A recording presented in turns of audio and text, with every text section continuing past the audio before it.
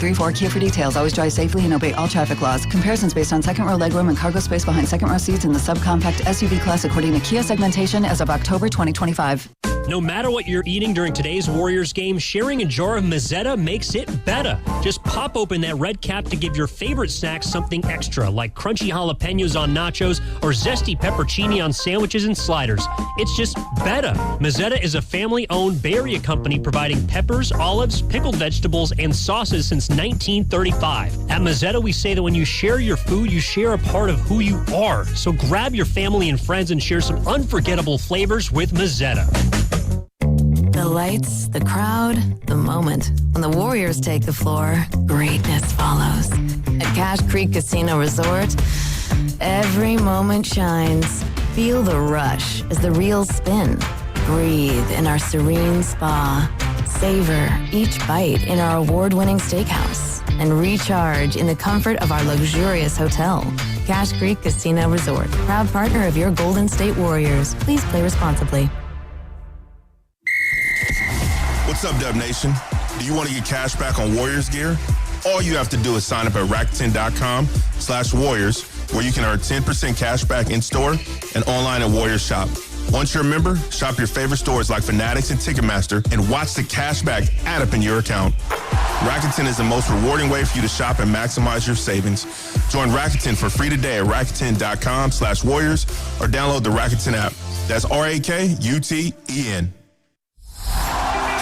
The Warriors and Chase Center are teaming up with DoorDash to fight food waste and food insecurity, one event at a time. Through our Pass the Plate program, all unserved food from Chase Center events is safely packaged and delivered to local nonprofits to help people in our community who are experiencing food insecurity. Thousands of meals have already been donated this month. To learn more, visit chasecenter.com/passtheplate. San Francisco is on the rebound, and PG&E is helping keep that momentum going. From Mission Bay to Chase Center, we know every assist matters. We're working every day to improve reliability and support the customers who count on us. We're also lowering costs. Residential electric rates have dropped 5 times since 2024. PG&E is committed to making the right plays for this city. PG&E and San Francisco, moving forward together. Curry, pump fake, fly by, 3-ball, with the buzzer sounding! You've been listening to Golden State Warriors basketball on the Warriors Radio Network. Presented by United Airlines. For tickets, visit Warriors.com or call 888-GSW-WHO. Don't you wish you were here?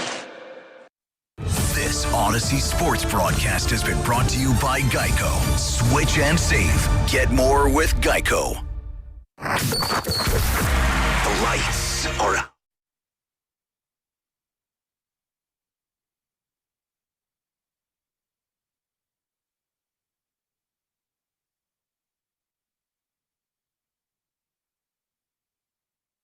.1 seconds to go. Warriors will throw it in. Ball game's over. And the Pistons will sweep the season series from the Warriors. The final score tonight will be 115-101. It really wasn't that close in the second half. A lot of handshakes and hugs between the two coaches, Luke Walton and Steve Kerr, sharing some thoughts at midcourt. Yeah, the final, as you just heard Tim Roy say, 115-101 in favor of Detroit. As the Warriors fall to the Pistons, it wasn't that close. The Warriors won garbage time to make it feel somewhat respectable, but this was a dominant win for Detroit, and specifically a dominant second half. Warriors led by as many as 9 relatively early in the second quarter. Detroit closed the second quarter on a nice little run, and that nice little run became a gigantic run spanning the beginning of the third quarter. They lead by as many as 24, and they cruise in the fourth quarter. 115-101 is the final. The Warriors now 1-3 on the first 4 games of this 6-game road trip, and they await a score currently going on right now in Minnesota. That is where the Blazers are in action against the Timberwolves, who are without Anthony Edwards. If the Blazers win, they will move even further ahead of the Warriors for the 9 seed in the Western Conference. As we speak right now, with the Warriors' loss, The Warriors are a full game behind the Blazers and the Clippers. Clippers not in action tonight. The Blazers, though, have a minute and a half left in the fourth quarter in Minnesota, and they are deadlocked in a really tight game right now. So we're going to have that final score, or at least the end of regulation, very soon, and I'll, of course, keep you updated. Right now, it is a 3-point Blazer lead, but Randall for the T-Wolves at the free throw line for a couple with 1 minute and 28 seconds left in the fourth quarter, so I'll keep an eye on that one there. If the Blazers do hold on, they will be a game and a half ahead of the Warriors, and think of it more like 2.5 games because the Blazers have the tiebreaker. So things not looking great for the Warriors, particularly if the Blazers win in Minnesota. Julius Randle did make both his free throws, so it's a 1-point Blazer lead, about a minute 25 to go. I'll keep you updated on that one here on Warriors Wrap-Up. Welcome in. Mark Randy with you on 95.7 The Game as the Dubs fall again. The final score 115-101 in Detroit. The Warriors got off to a pretty good start. Again, they led by as many as 9. They were making their three-pointers. I thought their defense was really good in the first half for the majority of the first half. More like the first 18 minutes of this game, and then Detroit kind of figured things out. They got into the paint at will. The Warriors could not stop their drives. They got bullied down low by Jalen Duren, who was great in this game. It does not help that the Warriors were down almost all of their big men. Porzingis started but played just 10 minutes. His back tightened up on him in the first half. He had to leave in the second quarter, did not return to the game. The Warriors did not immediately rule him out. They called him questionable to return with lower back soreness.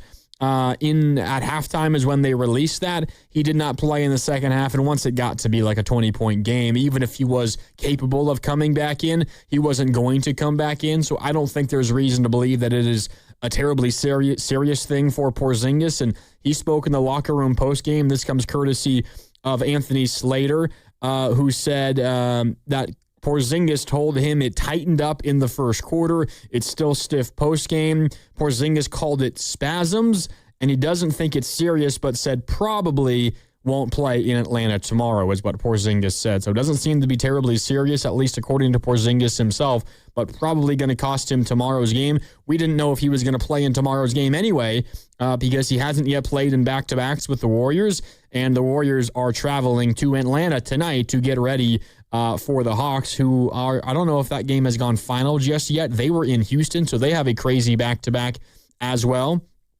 They have a back-to-back in Houston and then at home.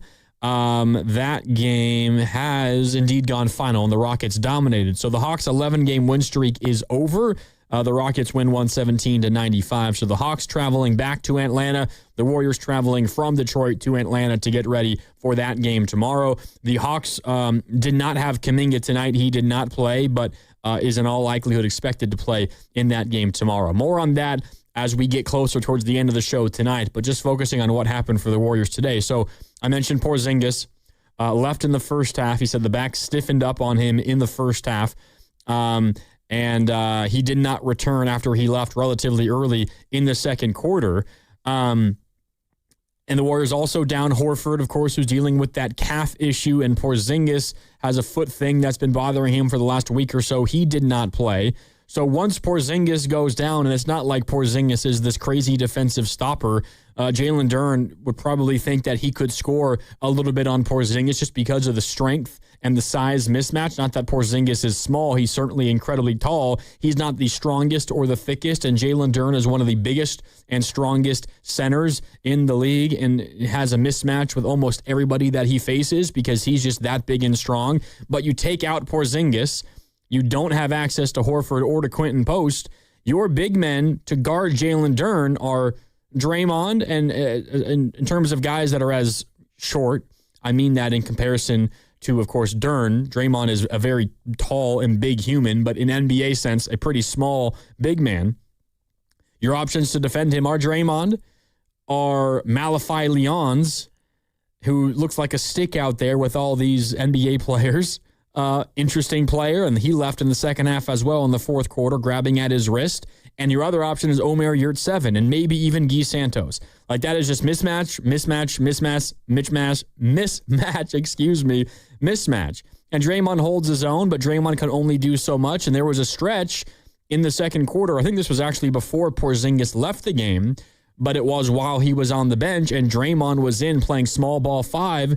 Draymond small ball 5 does not work versus this Pistons team because Dern is that good. Pistons were not getting any shots to fall. They're not a good three-point shooting team, particularly not the most dynamic offensive team without Cade Cunningham, who's out with a collapsed lung and is going to be reevaluated again in a couple of weeks. We'll see how quickly he can come back.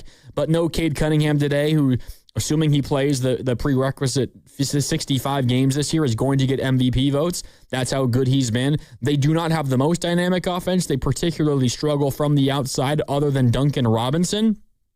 However, the Warriors were doing a pretty good job, I thought, on them defensively. The only way they were scoring for a decent stretch early second quarter was by Jalen Dern offensive rebounds over Draymond Green and putbacks. That was their offense early in the game. And then things opened up and they figured it out and they got out and ran. They forced a ton of turnovers. Warriors committed 26 turnovers in this game, a new season high. It led to 32 points the other way for the Pistons. And frankly, the Warriors were lucky it was not a whole lot more points off of turnovers for the Pistons. But it turned in that moment, and a big part of it was the Warriors didn't have any answer for the size and the athleticism of this Detroit team. I mean, Jalen Dern was awesome in this game. He had 23 points to go with 6 rebounds. Those numbers don't really do it justice. He controlled this game. And then even some of the others. Paul Reed, who came in off the bench. B-Ball Paul, if you're into nicknames, had 15 points and 6 boards. He was pretty physically dominant down low as well. And the Warriors trailed by as many as 24 points, and they ultimately lose this game 115-101. And in danger of making Warrior fans even more upset, we do have a final in Minnesota. The Blazers pull off the narrow victory in Minnesota, 108-104. A late Jeremy Grant 3 put them ahead. They then play the free throw game, and they won down the stretch. So Jeremy Grant and the Blazers win 108-104 over the Timberwolves in Minnesota. That is an important loss for Minnesota as well, because 3 through 6 are very tight in the Western Conference. That might be the difference in Minnesota being having home court advantage in the first round of the playoffs or not. It might also be the difference in the Warriors being the 9 seed or the 10 seed or not. Portland wins. They're now 35-36. The Warriors lose. They're now 33-37. The Warriors 1.5 games behind the Blazers. And really more like 2.5 games because the Blazers have the tiebreaker. So today, not a good day for the Warriors. Clippers not in action. Those are the only 2 other teams the Warriors really care about right now. Clippers, Blazers, and of course the Warrior games. Clippers not in action. Blazers won, in Minnesota, and the Warriors lost. So the Warriors now a game and a half behind the Blazers. You're welcome to join the conversation. 888-957-9570. Again, 888-957-9570. That is the number to call. It is also the Boxer and Gerson Work Injury Attorneys text line. And the 415 asks a question. People online have already decided that Porzingis is out for the season. I think that's premature, if not inaccurate. Yeah, it is. It is, at this point, premature. I also don't think it's accurate, 415. That, to me, sounds like some fans or some people may be getting jokes off about the Porzingis' health history, which is not great of late, but there's absolutely no signal that the lower back issue that kept Porzingis out for the second half today is anything more than just something minor. But the reality of the situation for the Warriors is it has been a struggle for Porzingis to stay on the floor. He'd gotten into a nice little stretch of late. He did miss the game in New York versus the Knicks. That was not because of like any new developing injury. It was just they play a back-to-back, and they didn't want him to play in both ends of that back-to-back. The fact that Steve Kerr and the Warriors staff have openly said, yeah, Porzingis will play in this game of a back-to-back and not that one, the same way they've done it with Melton and with Horford this year. And the fact that that was not what was said today coming into this back-to-back makes me think maybe the Warriors were planning on playing him both today and tomorrow. But, of course, he leaves this game with a lower back issue. The Warriors said it was lower back soreness. Porzingis said it tightened up on him in the first half, and it was still stiff on him post-game. And he says he's probably, quote, probably not going to play tomorrow. So we'll, of course, keep an eye on that, and any update we have, we will get it to you But the Warriors might be without Porzingis as he makes his return to Atlanta tomorrow. It might just be on the bench and not in the actual game for the Warriors as they lose once again, 115-101. The Warriors are now 2-9 in their last 11.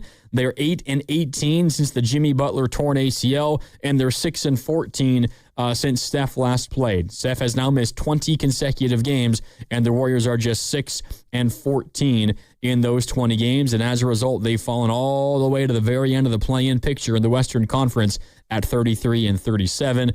They are a game behind the Clippers, and they are a game and a half behind the Blazers. The Blazers, for the moment, have jumped ahead of the Clippers for the 8 seed. The Clippers are the 9, and the Warriors are now the 10. That is how the Western Conference play-in, the bottom 3 of the play-in, are shaping up right now. This was just simply a game where, obviously, the Warriors come into this one down Steph, down Jimmy, down Al, down Moses, down a few others, Seth Curry, right, and then also down Quentin Post, and they lose Kristaps Porzingis in this game. Even before Kristaps Porzingis left, you could kind of see it, but really when Porzingis was ruled out was when the game changed. Porzingis wasn't amazing by any means today. He played just 11 minutes, got up 5 shots, made only one of them. It was a 3. He wasn't anything crazy. It's not like he was a negative for the Warriors either, though, but he was not making a gigantic difference in just those 11 minutes played. But when he left, the game did feel like it kind of switched. Probably more of a coincidence, in my opinion, than anything else. But these are just two teams that are on different levels right now. And the Pistons, even without Cade Cunningham, they are a defensive menace. They are as big and strong and physical as any other team in the NBA. And you could just see it watching these two teams play. And again, a lot of what the Warriors are right now is a result of all their injuries. But I remember early in the season talking about, say, comparing the Warriors to the Portland Trailblazers, who have passed the Warriors and have a game-and-a-half lead on the Warriors now in the Western Conference standings, how that was a clearly more athletic, big, long basketball team compared to the Warriors. And you put that team on the floor against the Warriors, one thing that stands out for the Warriors is a lack of quickness and athleticism and at times size. So this is not a thing that is only the case because of the Warriors' injuries. The Warriors' injuries are to not all of their smallest guys, but the two most important injuries, of course, are Steph and Jimmy, and they don't add a ton in terms of the athleticism or size and even speed. Steph is still incredibly quick, and Jimmy's not slow by any stretch, but it's not as if those injuries change the tide in whether this Warrior team can match up physically with a larger team like Detroit. So, yeah, it's injury-related, but it is also the style of which this Warrior team plays and the style of which the Pistons play. The Pistons dominated this game, and how rare is this? In today's NBA, where the Warriors are putting up threes almost every possession down, you just saw the game a couple of nights ago, Warriors in Boston versus the Celtics. That is a game between the teams with the 2 most three-point field goal attempts per game.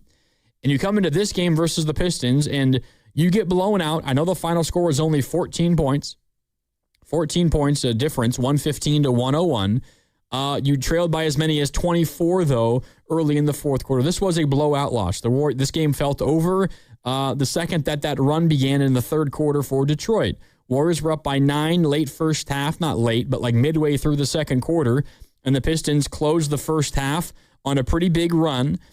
They closed the first half on a 23-7 run. They go from down 9 to up 7 to go into the second half, and the same thing happened in the second half. They ultimately got out in front by 18 with 4:19 to go in the third quarter. That was a 20-9 beginning to the third quarter, and if you include that run with the run that ended the first half, it was a 43-16 Detroit run in about 16 minutes of game time. That is domination for Detroit offensively. It is also Detroit allowing a point a minute over about a quarter and a half. That is incredibly hard to do. To limit a team, I don't care who they have out there offensively. Warriors scored 16 points in 16 minutes spanning the second and third quarters. Basically the final 8 of the second quarter and the first 8 of the third quarter. Warriors scored 16 points in those 16 minutes. That's on pace to score 48 points over an entire basketball game. That's what the Pistons were doing to this Warrior team. These are just two teams right now that are they're in different stratospheres in terms of who they are and how good they are in the NBA. The Pistons just look like the more physical team. They're clearly the better defensive team. They're one of the better defensive teams in the NBA. Their athleticism, their speed, their quickness. They're not like a quick team in terms of we're going to score on the fast break all the time. But the way that they hounded Warriors ball handlers, Ausar Thompson, what he does, Ausar Thompson in this game played 24 minutes and had 7 steals. 7 steals in 24 minutes. That's about a steal every, 3 minutes? A little more than 3 minutes for him on the court. He had a steal every 3 minutes that he played just about. They had 16 steals as a team. They forced the Warriors into 26 turnovers. When they need to be quick, when they're trying to harass you, when they're trapping a ball handler, they are as athletic, as quick, as long as I think any other defense in the NBA. Frankly, the Warriors were lucky this was not uglier than it was, because you commit 26 turnovers. If it's a particularly bad turnover night in terms of the type of turnovers you commit, like live ball turnovers, you could easily allow upwards of 45 points off of turnovers. The Warriors only allowed I say only because 32 points off of 26 turnovers, that's not very good efficiency by Detroit offensively off of turnovers. And it's not like all these turnovers were illegal screens, right? Dead ball turnovers where you throw the ball out of bounds. A number of these were just, frankly, flat out not smart turnovers. Draymond began this game with a couple of turnovers after either he got the rebound or someone else did and kind of shoveled the ball off to him. And then he's throwing a crazy long lead pass, kind of an outlet pass, and it gets easily intercepted. It happened twice in the first 3 minutes of this game. The Warriors committed 4 turnovers in the first 3 minutes of this game, and a couple of them were just bad decisions by Draymond on outlet passes that are easily getting intercepted by the Pistons. There were so many of those. There were a couple of terrible Pat Spencer turnovers in the first half of this game. Warriors ultimately, again, committed 26 turnovers, and let's see, 4 by Draymond, 4 by Melton, 3 by Omer Yurtseven in just 21 minutes played. You had 3 as well by Guy Santos. You had 2 by Pajemski, by Cryer, by Pat Spencer, by Will Richard. You had a couple of others that chime in with 1 turnover each, but it was just a bad day all around for the Warriors. Just bad day all the way around. And this is a bad matchup for the Warriors, this Pistons team, and this is also the Pistons without Cade Cunningham. So just imagine how much worse it would have been had Cade Cunningham been able to play. The Warriors were down by 24 points, and they just thoroughly got outclassed. They simply got outclassed in this one. And this is why we think back on what has happened for the Warriors recently. They kind of have a bit of freedom in terms of there's not a ton to lose for the Warriors right now. Like, what do losses cost them? It's not like they're going to miss the play-in because they lose games. They could lose the rest of their games this season, and they won't. They could, and they will still be the 10 seed. It is mathematically possible for the Grizzlies to catch them, but it's not going to happen, even if the Warriors lose the rest of their games. So they don't have a ton to lose. Now, they could be missing out on something to gain, and that would be moving up in the standings, but they're going to get to taste play-in basketball, even if they don't win a game the rest of the way. So there's not a ton that's on the line for the Warriors right now, so they have a little bit of freedom to not crazily worry about wins and losses, but this was one where you can't really take anything positive out of this game. They're down their best player, and they dominate you physically. They dominate you athletically. They control this game. They kind of were sleepwalking early. The Warriors were on the Warriors. That's not fair. I thought the Warriors played pretty good for the first 14, 15, 16 minutes of this game. They were moving the ball well. They were creating some good looks. Melton was the only Warrior that stood out offensively early. He scored their first 9 points, and it took a really long time until someone not named Melton scored. The first Warrior bucket by a player not named D'Anthony Melton came 7 minutes into the game. It was a slow start offensively for both sides, but then in the second quarter, early in the second, the Warriors got their offense going. Melton hit a three. There were a couple of big threes by L.J. Cryer. Pods hit a three early in the second, and they build a 9-point lead. It was 38-29 at one point. It was 43-34. Things were feeling pretty good for the Warriors. A Melton three in that second quarter put them up by that 9-point margin, and then things changed. And what has kind of often been the story for the Warriors when things change, it's turnovers. There was a really bad Melton turnover. There was a really bad Porzingis turnover. He was trying a dribble handoff with Guy Santos. He had the ball top of the key and was going to hand it off to Guy Santos as he kind of came rubbing off of his shoulder from the right wing towards the left wing, and he kind of loosely handed the ball off to Guy. It got easily poked away, and then Paul Reed had an easy dunk the other way, and that kind of was the beginning of the Detroit run. Duncan Robinson, I can feel like there were 4 or 5 times where he got a good look from downtown off of a Warrior turnover, and it was some of the few times they made threes. Duncan Robinson only made 2 threes, but they were during that big run. They only made 5 in this game. And this is what I was getting to earlier, and I think I got sidetracked talking about Porzingis, but how often does a team in today's NBA dominate a basketball game to the level that we're talking about right now, where the Warriors were down by as many as 24 and looked thoroughly outclassed, and the opponent only makes 5 threes? Like, that doesn't happen in today's NBA. It's not like they went 5 for 37 from deep and just had an abysmal shooting night. They only put up 21 from deep. Now, it was not a good shooting night. 5 for 21 is still a pretty abysmal number. That's 24% from 3. Like, the Warriors made 12 threes. They put up 33 attempts. That's 36% from downtown. Much better, of course, than 24%, but not like either team shot the ball well. But Detroit, despite only making 5 threes, dominated today's game.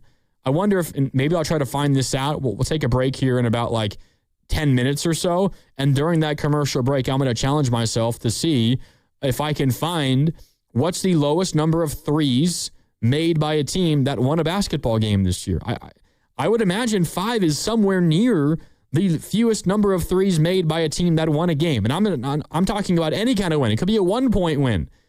The Pistons won by 14, and they led by as many as 24 late. If it was not for garbage time, this would have been a 24, 25-ish point loss. And the Pistons only made 5 threes. You know how hard that is to do in today's NBA? How rare that is? Well, you probably say, well, what were the points in the paint, Grandy? That's probably where Detroit dominated. And I would say to you, you're a smart fan, because that's exactly what it was. Points in the paint. The Pistons, 74 points in the paint. The Warriors, 44. 44 isn't like a crazy low number for the Warriors. They're not a gigantic points in the paint team, although they've been a little bit better at that recently. That Wizards game was great, points in the paint. They set a season high for points in the paint in that game. I think it was 68 points in the paint. But man, 74 points in the paint for the Pistons. And you do that against this Warrior team, it means a couple of things. It means the Warriors' bigs are probably out, which was the case. The Warriors' bigs tonight were Guy Santos, Draymond Green, Omer Yurtseven, and then Malachi Lyons, and 11 minutes of Porzingis. That was it. You give that to Jalen Duren, and he's going to dominate this game. And statistically, it wasn't an amazing day. He had 23 points and 6 boards, but he controlled this game, and he was at his best during those runs. And he's had a lot of things up.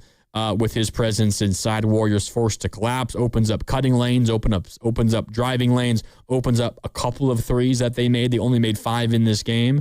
Warriors just got outclassed physically, size-wise, athletically, and they didn't really stand much of a chance once Detroit got their offense going, and they do so much through their defense. Once the Warriors started committing turnovers, it was over at that point. And obviously, Detroit deserves a ton of credit. They deserve a ton of credit because they're a really good defensive team, and it's no coincidence that the Warriors committed a season high of turnovers against this team. Like, that makes sense just based on who Detroit is. I don't think they were good enough defensively, though, to force 26 turnovers. Some of those turnovers, specifically early, were just bad Warriors decisions over and over and over again. And I feel like some of those decisions we've seen the Warriors make countless times this season. So that's where this is more frustrating than anything else. Like, I don't know where you guys are all coming from, and you can let me know at 888-957-9570. That's both the number to call and to text, the Boxer and Gerson Work Injury Attorneys text line. You can also let me know on the YouTube chat, youtube.com/957thegame. I see a man. I see a south to west. No. Damon, Tall Asian Mike, GG, Muhammad, Empire, Guapo, Let's Ride, Curry, a few others, Chico. I see all of you. Keep the comments coming. You can let me know there as well. But this what is frustrating for me as a Warrior fan, and again, where you can chime in, is it's not as if I came into today expecting the Warriors to win this game.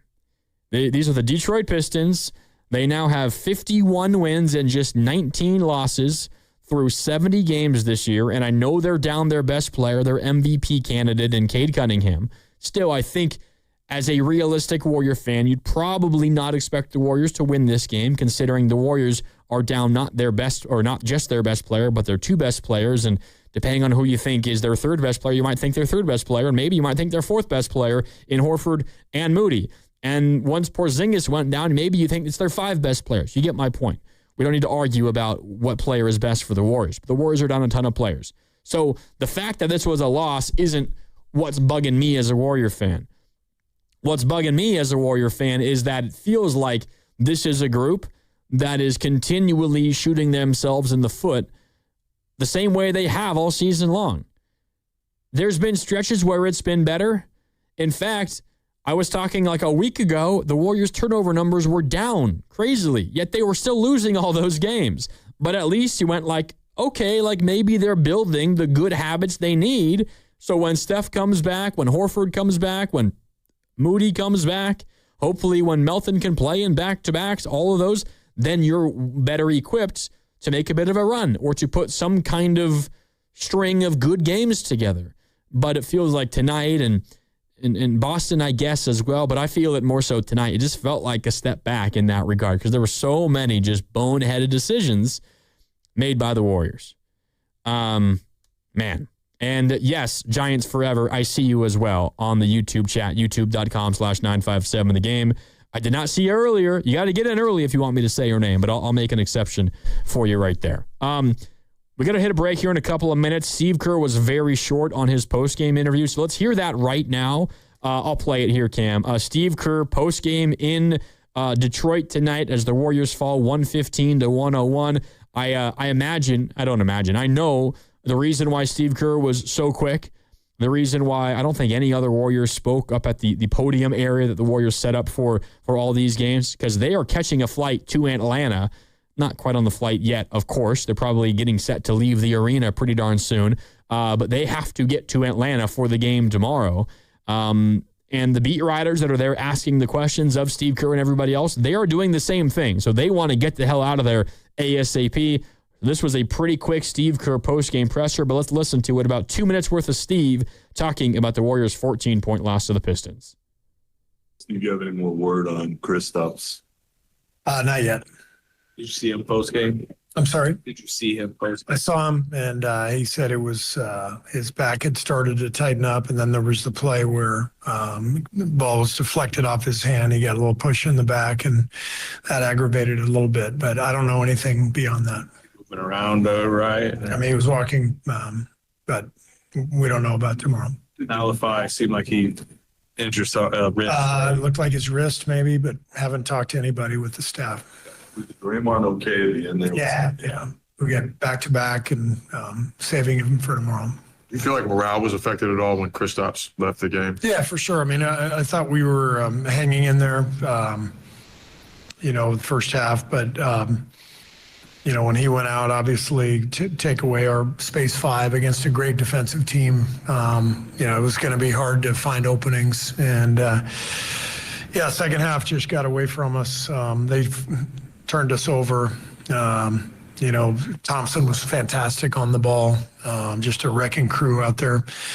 And it was disappointing because I felt good coming into the game. I didn't think we made good decisions early, and it kind of set a tone. But we were, we were playing pretty well. We were knocking down some shots and doing some good things, but we just set a poor tone with the turnovers, and that really got away from us in the second half. So those turnovers, you see it more as decision making on you guys' part rather than their athleticism and defense? Early on, the turnovers were decision issues, and then as the game went on, it was their athleticism and speed. Thanks. All right, there it is. As I said, a very quick and short Steve Kerr postgame presser today, and I think he's spot on there. Early, it was decision-making that led to the turnovers, and then after that, once the Pistons kind of got into the game and the Warriors let them into the game a bit with some of those bad decisions leading to turnovers, then it was Detroit's ball pressure, athleticism, quickness that kind of turned the game around and led to a lot of the other turnovers. But yeah, there was a moment where the game switched from the Warriors making mistakes to the Pistons just playing really, really good defense and really good basketball, but it was not like that the entire game. The Warriors in the first quarter, when I thought it was largely just what they were doing that was the issue, they committed 7 turnovers in the first quarter. How about this? Warriors in the first quarter, 7 turnovers. Warriors in the second quarter, 6 turnovers. Warriors in the third quarter, 7 turnovers. Warriors in the fourth quarter, 6 turnovers. 7, 6, 7, 6. They had 6 or more turnovers in every quarter of this game.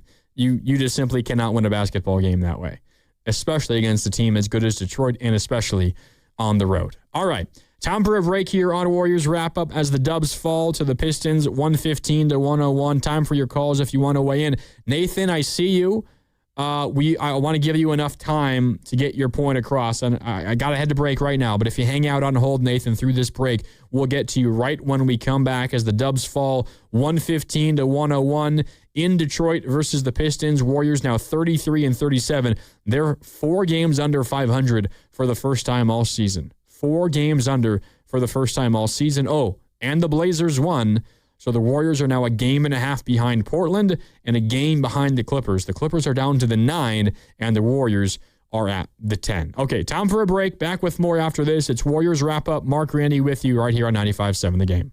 Looking for lifelong financial guidance? Look no further than Pettinelli Financial Partners, your dedicated financial coaches for every stage of life's journey. Whether you're planning for retirement, starting a family, or buying a home, we're here for you every step of the way. Visit PettinelliFP.com. The financial consultants at Pettinelli Financial Partners are registered representatives with and securities offered through LPL Financial. Member FINRA SIPC. Investment advice offered through Stratos Wealth Partners, a registered investment advisor. Stratos and Pettinelli are separate entities from LPL Financial.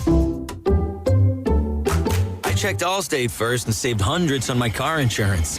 Really smart. Unfortunately, I didn't check if I took the gas hose out of my car's tank.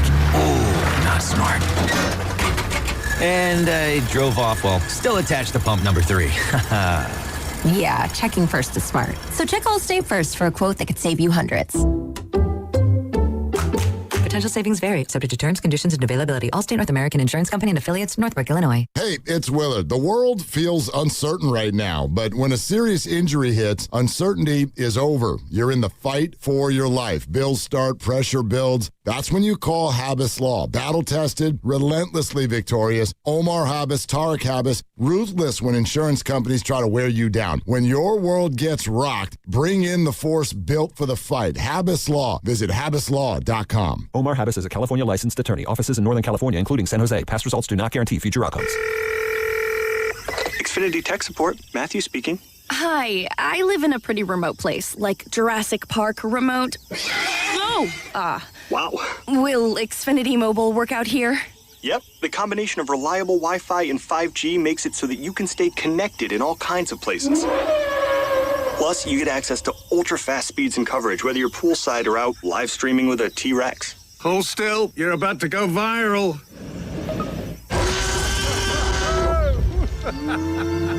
Welcome to a new era of Wi-Fi boosted mobile. Cut your mobile bill in half with 2 lines of unlimited. Learn more at xfinitymobile.com. Xfinity. Imagine that. Watch Jurassic Park with Xfinity. Restrictions apply. Xfinity Internet required. Savings comparison based on promotional rate for 2 lines of Xfinity Mobile Unlimited versus 2 lines of T-Mobile Experience More, Verizon Unlimited Plus, and AT&T Starter as of February 10th, 2026. Taxes, fees, extra. Are you interested in being an install or service technician? Good news! R&S Doors and Gates is hiring. If you have good mechanical skills and a knowledge of power tools, welding, and motor controls, you should apply today. R&S Doors has openings to repair and install commercial overhead doors, entry doors, and loading dock equipment. You must be able to work in a professional, fast-paced environment. Call 800-FIX-A-DOOR and apply today. That's 800-FIX-A-DOOR. Or visit rsdoors.com. R&S Doors. Look for the red truck. In sports, success is about team effort, and the same is true for your hair. At Great Clips, we save your haircut details in clip notes, so every member of the highly skilled team knows exactly how to create your signature look. And with our easy-to-use app, you can check in from anywhere and get a ready next text when you're up next for a cut. It's the confidence of a great haircut delivered by a team you trust. Download our app today. Great Clips. It's gonna be great. Diabetes, high blood pressure, anxiety meds, everyone's on them. If you're a 40-year-old male, maybe a bit porky, and you may even have type 2 diabetes, $1 million of term life insurance may only cost you about $100 a month. Call Term Providers. Speak with Big Lou at 800-770-0850. Big Lou will find a term life policy for you even if you have type 2 diabetes, are overweight, or have high blood pressure. Term Providers help thousands of people like you who think they can't afford term life insurance. To buy $1 million of affordable term life for you, all you need to do is call Big Lou at 800-770-0850. Lou will make sure the scales are tipped in your favor. Call 800-770-0850. Big Lou will answer your call and work to fit you into a term life policy that you can afford. Remember, Big Lou's like you. He's on meds too. For affordable term life insurance, call 800-770-0850. 800-770-0850 or biglou.com. Come on, kids. We're almost there. The map says straight ahead. One-a-day 50-plus multivitamins are made for your overall health, with nutrients to support your brain and muscle function. Because don't you want to make the most of each day? So even on the family hike, you're not just keeping the pace. Hey, Dad, wait up. You're one step ahead. One-a-day 50-plus. The one for you.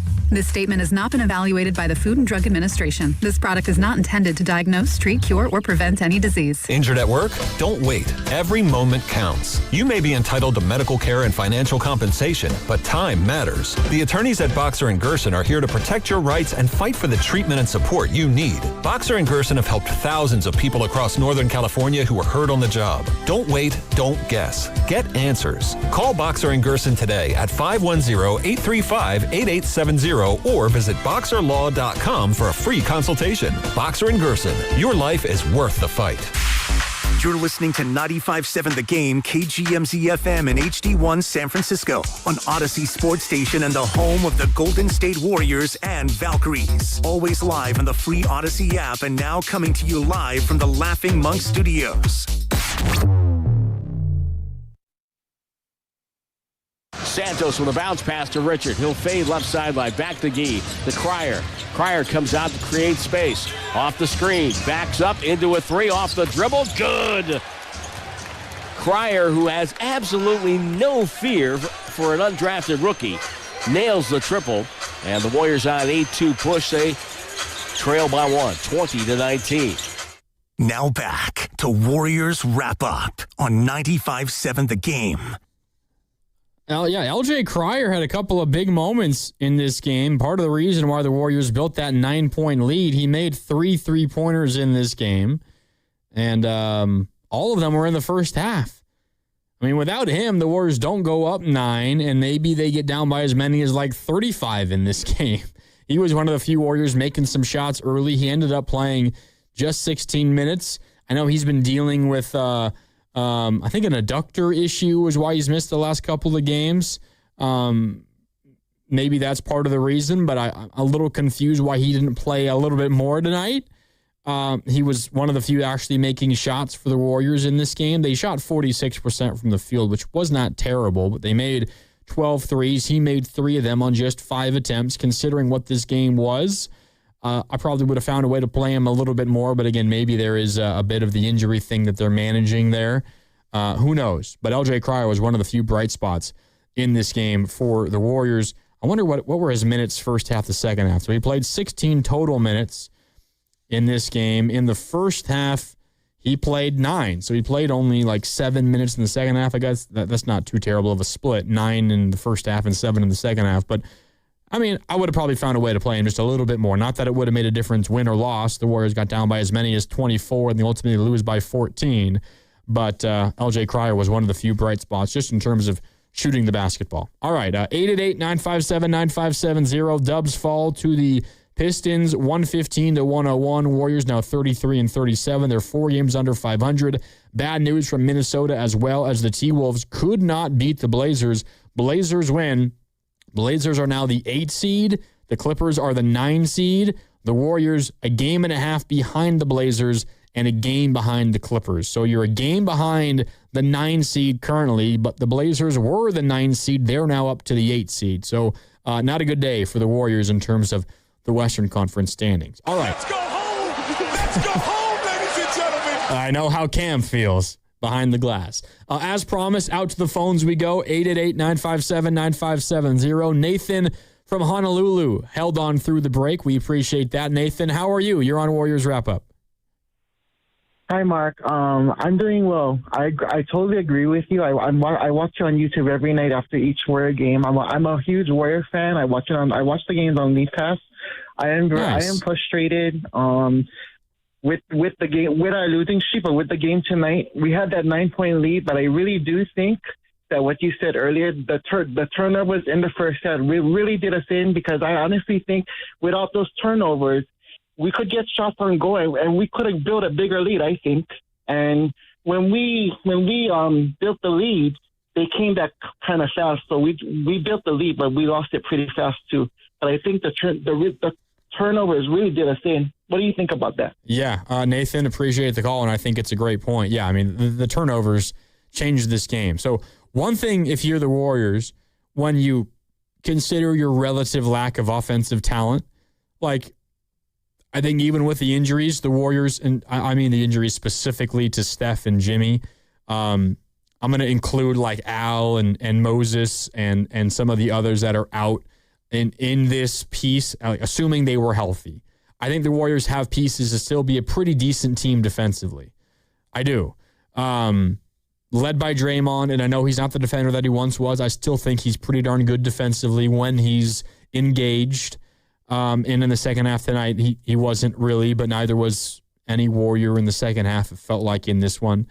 For the most part, I do think they still have the pieces to be an okay team defensively, but they are very offensively challenged. And when you are as offensively challenged as you are, when a player like, and no offense to him, but when a player like Guy Santos is one of your more consistent offensive guys, and he's been great. I do not mean to demean him at all, but no one's going to mistake Guy for this incredibly dynamic scorer, right? He's been great. He's been so much better than I think any of us thought he was going to be if he got this kind of run. And the Warriors have probably discovered something about him that is valuable going into next season. But no one's going to mistake him for a crazy kind of scorer. So when that is your reality, given what your injuries are, you have to almost at times accept that maybe specifically a good opponent like Detroit is going to outshoot you. Not necessarily from downtown, but they're going to score at a higher clip than you, which means you need to take care of the basketball, because one of the only ways that you can win by maybe shooting at a lower percentage than your opponent is by getting more shots on goal. And what happened in the first half, which was generally a good half for the Warriors, right? You were only down 7, which I know it's still not great, but you were up by as many as 9 in the first half. And then they closed the second quarter on a really big run. But a 7-point game at half, like, that's doable. You're not getting blown out. It's not over going into the third quarter. What were the numbers at halftime? Warriors shot 46% from the field. Not a bad number at all. The Pistons, though, shot 52.3% from the field. The Warriors committed 13 turnovers in that first half. The Pistons only committed 6, so you're getting beat in terms of shooting. You're getting beat on the turnovers, but you're also getting beat, and as a result of the turnovers, you're getting beat because you're getting up fewer shots. The Warriors attempted 7 fewer shots in the first half than Detroit did. Over the course of the game, they attempted 9 fewer field goal attempts than the Pistons did. You shoot at a lower clip than your opponent, and you also get up fewer attempts, you're going to lose that game. basketball at times can be very simple. You either have to outshoot a team, or if you get outshot, you have to get up more shots on goal. And that's what our caller was just talking about. It's, you don't turn the ball over, you're getting shots on goal. And the Warriors today, it's not like the percentage was terrible. They shot 46% from the field and 36% from downtown. But again, you put up 9 fewer attempts than your opponent, you're going to lose. You're going to lose. And that's why the Warriors lost, because they committed 11 more turnovers than their opponent. And as a result, they got up 9 fewer attempts. Not like they got dominated on the glass. In fact, they won the rebound battle. If you include team rebounds, it changes. But in terms of rebounds grabbed by players, right, when like a ball goes out of bounds off of a miss off the rim, that goes down as a team rebound for the defense. But just in terms of rebounds that were grabbed by players, 38 for the Warriors, 35 for the Pistons. Offensive rebounds, 10 for the Warriors, 9 for the Pistons. Second chance points, 13 for the Pistons, 8 for the Warriors. So they were more efficient on their second chances, on their offensive rebounds, but that didn't sink you. 5-point difference in second chance points when you're down almost all of your centers and the opponents have Jalen Duren. Like, that was not what beat you. It was simply the turnovers, and it was not getting enough shots up.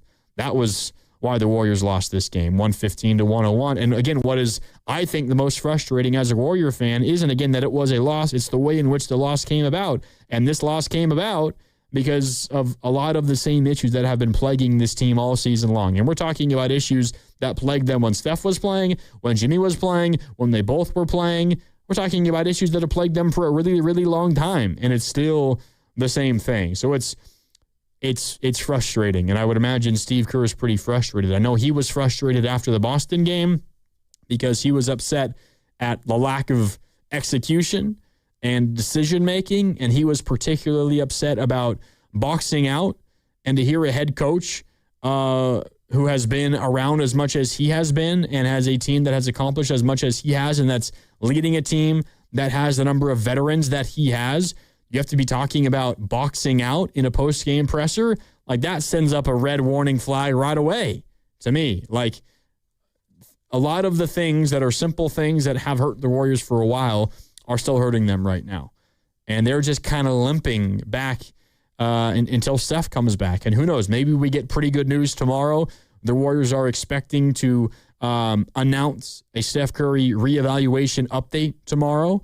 If it happens in the morning, you will know, because we've got Warriors this week, 9 to noon tomorrow morning. So if it happens during that time frame, you'll hear the update here on 95.7 The Game. If not, I will have it for you on Warriors Live tomorrow at 4. Dubs in Atlanta. Tip-off is at 5, which means our coverage begins at 4.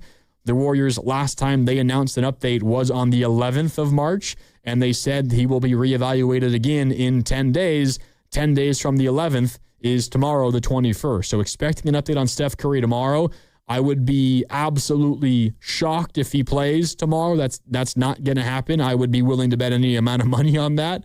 Who knows about Dallas on Monday? I would still venture to guess a no on that one.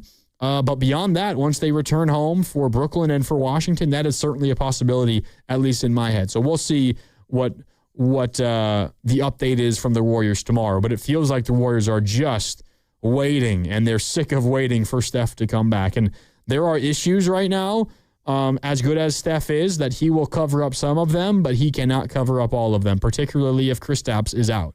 And Kristaps now dealing with his lower back tightness that he suffered in this game. You heard Steve Kerr just about 20 minutes ago talk about it.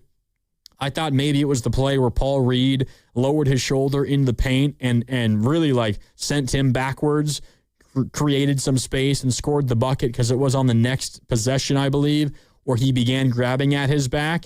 But Steve Kerr said he reached up for a little bit of a high pass and he kind of felt it stretch out. And it was already kind of stiff on him in the first quarter. But that exaggerated grab for the ball up above his head kind of hurt it a little bit more and forced him out of the game, and he did not return with that lower back soreness. So we'll see how it goes from here for the Warriors, but it does not look good at the moment. Steph coming back is going to fix a lot of things. He's still that good, but this team feels like they're at a point where they're just praying that when Steph comes back, he fixes everything, and I don't think he's capable of fixing everything. Now, it depends the level of at which we're talking about fixing everything to the point where they become a true contender. Like, no, of course that's not happening this season. But fix everything to the point where they can come out of the play-in as the 10 seed, like even that is far from a sure thing. If they're the 10 seed, they have to go on the road to either Portland or the Clippers, whichever team finishes as the 9, win that game.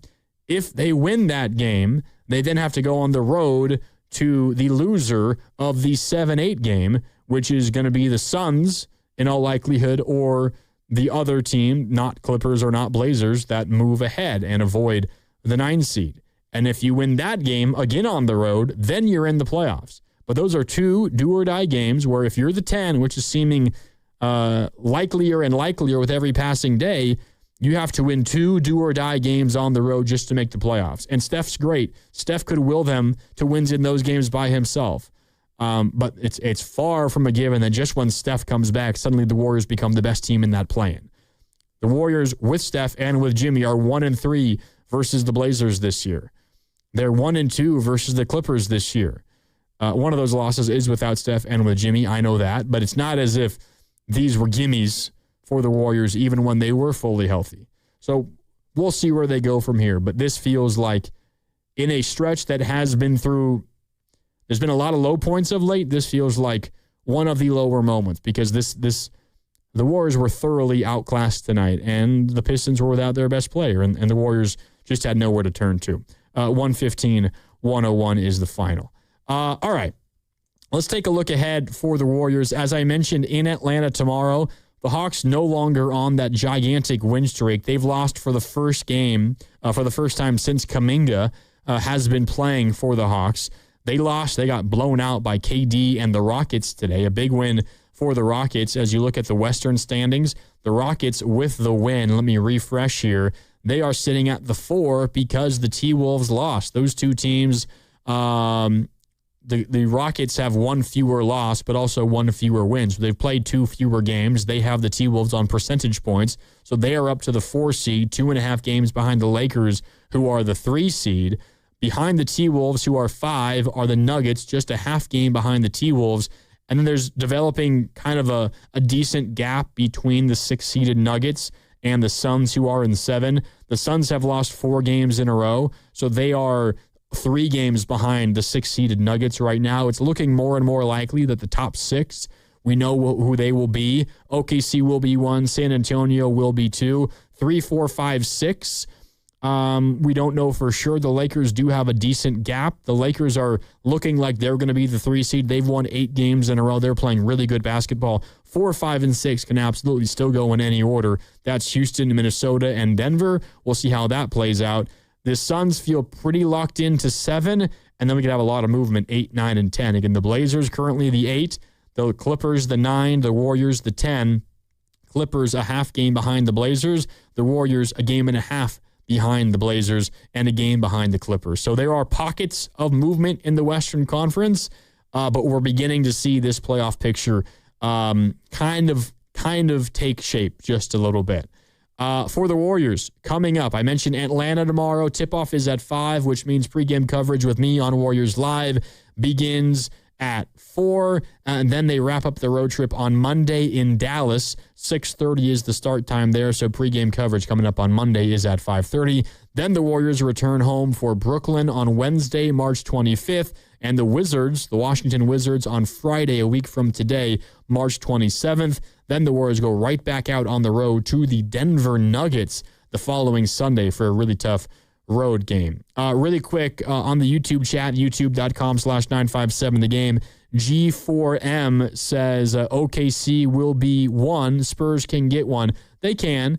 There's a 3-game difference between OKC and San Antonio right now, and those teams have just, 70 games played. They have 12 games left. 3 games to make up over the course of 12 is not easy. The Spurs do have the tiebreaker, so they would just have to finish even with San Antonio. But let's say the Spurs win their final 12 games, and they finish, what would that be, 64-18. If they finish 64-18, OKC would have to go 9-3 or worse in order for San Antonio to finish ahead of them. So even if you win out San Antonio, you need OKC to lose 3 more times. And OKC has won 10 games in a row. So that might not happen, is the point. It's possible. It is absolutely possible. Just like it's possible that the Suns could catch the Nuggets. But it's unlikely. A 3-game lead with this little time left is harder to make up than it seems. I'd be surprised if OKC does not finish as the 1 and San Antonio does not finish as the 2. It is hard this late in the season to make up that much ground.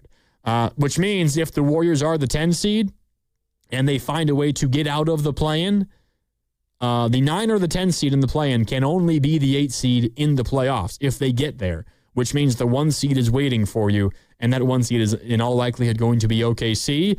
And by the time the playoffs come around, you expect that team to be, if not fully healthy, darn near close. That means Shea and Chet and Jalen Williams and A.J. Mitchell and Caruso and Dort.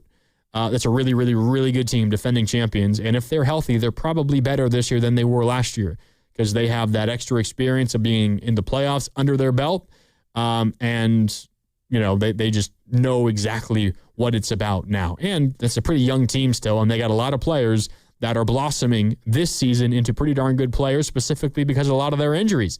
They've had to rely on some others like A.J. Mitchell to kind of lead them at times.